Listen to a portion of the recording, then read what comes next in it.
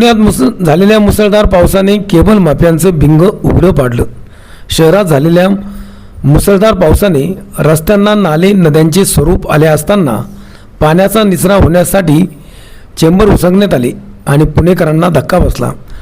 पाणी जाणाऱ्या पाईपलाईनमधून cable माफियांनी cable वाहून नेली असल्याचा प्रकार समोर आला। OFC केबल पाईपलाईनमधून वाहून नेल्याने शहर चोकअप झाले। आता केबल कापायचे काम सुरू आहे। ब्युरो रिपोर्ट, झंझावात न्यूज, पुणे।